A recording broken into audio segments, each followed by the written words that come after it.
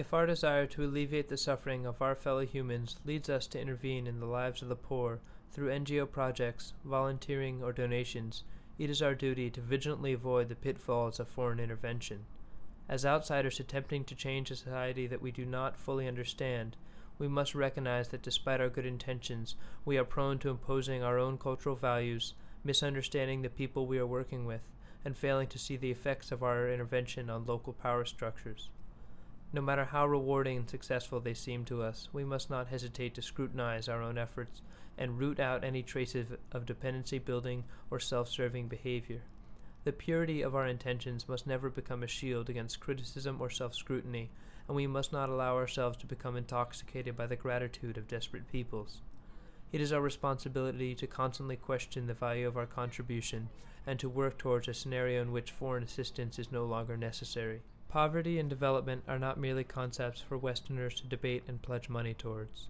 Poverty is the daily life of millions of people, and development represents their prospects for a better life. It is both arrogant and profoundly ignorant to think that the benevolent helping hand of the West is the key to making poor and dysfunctional nations into prosperous ones.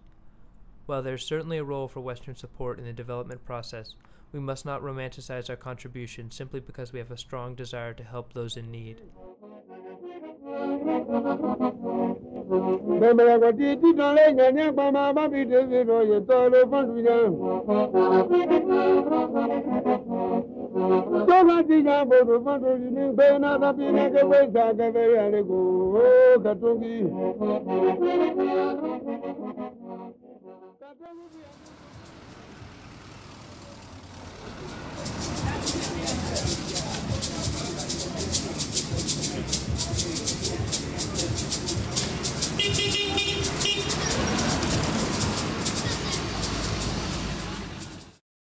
Whenever you try to serve humanity, it's a good thing.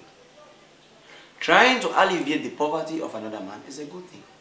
But if you are misguided or misinformed, or you do not fully respect the potentials of that person, that is where sometimes it goes bad. You can't mock me in my poverty simply because you want to help me. Lack of respect itself is dehumanizing. It affects the dignity of the person you are dealing with. And everybody is entitled to some amount of dignity, in fact, full amount of dignity and respect. So, development is what you see. Probably what is in fact development to you, you only know something is developing if you actually know it. I know that skyscrapers are good because I've seen them. If I haven't seen them, I don't even care about them. I'm happy in my little hut. I live happily. My family have what to eat, to wake. If they want to dance, they can play their traditional tam-tams and dance. That makes them happy. That is good life. It is only when you are exposed you even know that something else is there. So if you are coming here and you don't have respect for my own values, you just want to come and do something because you think it's good for you, keep it to yourself. Don't come here. We are poor, but not miserable. That I can tell anybody.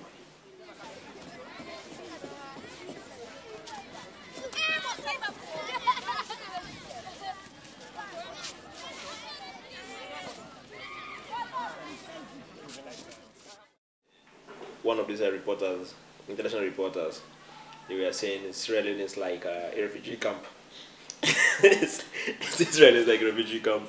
In the refugee camps, NGOs sometimes take care of you. So you wake up and maybe have a cup of cornmeal or a bowl of rice. So you actually get food from NGOs sometimes. When you live in a refugee camp, then your status is clearly critical. But when you live in a country with a government, then your status is not that critical. So you don't wake up to a United Nations bowl of rice. You need to wake up and struggle for it. So there's, I wish we were living in a refugee camp. Then maybe we can at least wake up with some amount of certainty. People get happy to be in a prison. Because in a prison, early in the morning, you're sure getting a cup of tea. You're sure. Living in a prison is a very good place. At least in the morning, you're sure getting a cup of tea. At least there will be medication for you.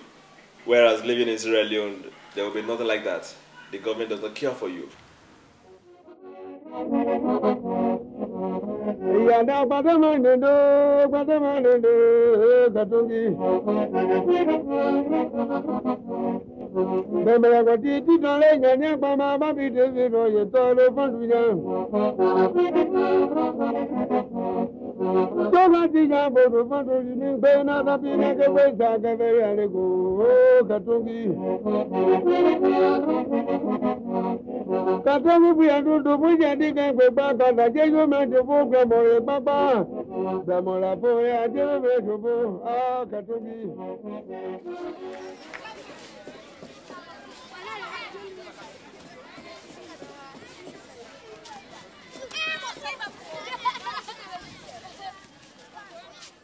Say you're coming from a different part of the world and you want to work in Sierra Leone or help in the developmental aspects of Sierra Leone. The first thing you do is try to understand the people in Sierra Leone.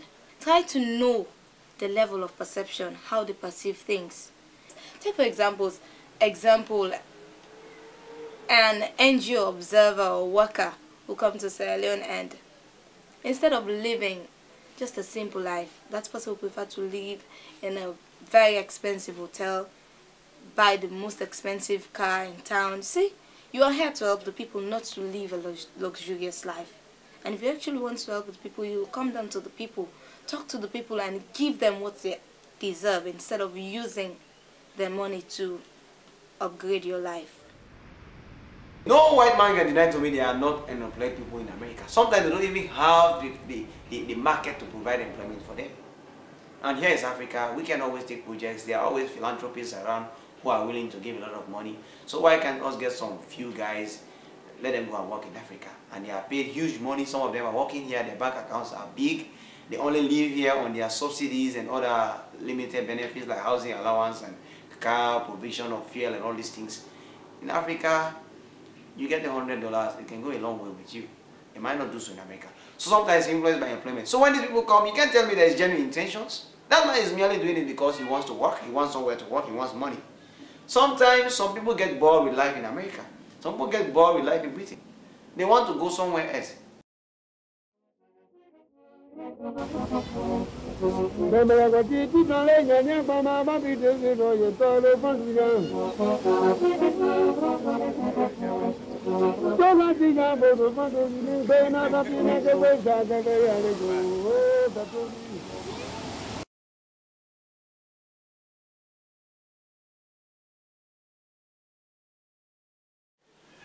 Accountability to me is very important in socio-economic development. Accountability is part of respecting their person and what they stand for. Because if you come to do something for them, let's say these NGOs, a lot of NGOs around coming, alleviation of poverty, reducing illiteracy, all these things, they come around, but they are not accountable. And sometimes these donors declare that we have given $1 million for this. If you don't show the person, the beneficiary, that the $1 million that was given to me on your behalf, because you are a trustee, you get the money for the beneficiary, you are a trustee. Sometimes you should be accountable to the beneficiary, showing him how you use the money, even for his own benefit.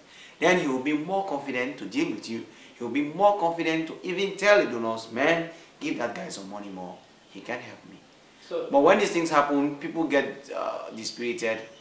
They always look at, there is this feeling of suspicion. Sometimes you hear Africans saying, all these white men, they come, they drive in big Land Cruisers, they go all over the place, sleeping at the beach, and all these things. It's the money they give them. But if there were accountability, this prejudice, sometimes it is wrong. But it is because there is no form of accountability actually to the beneficiaries that is causing these problems.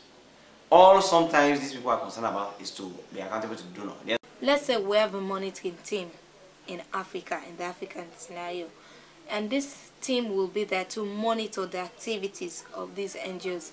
And the ones who are not that good, just get rid of them. Tell them to pack their things and get out of Africa. And the ones who are good, tell them to continue their good work. We evaluate them. We have an evaluating team. That's it. And with that, the development will definitely take place in Africa.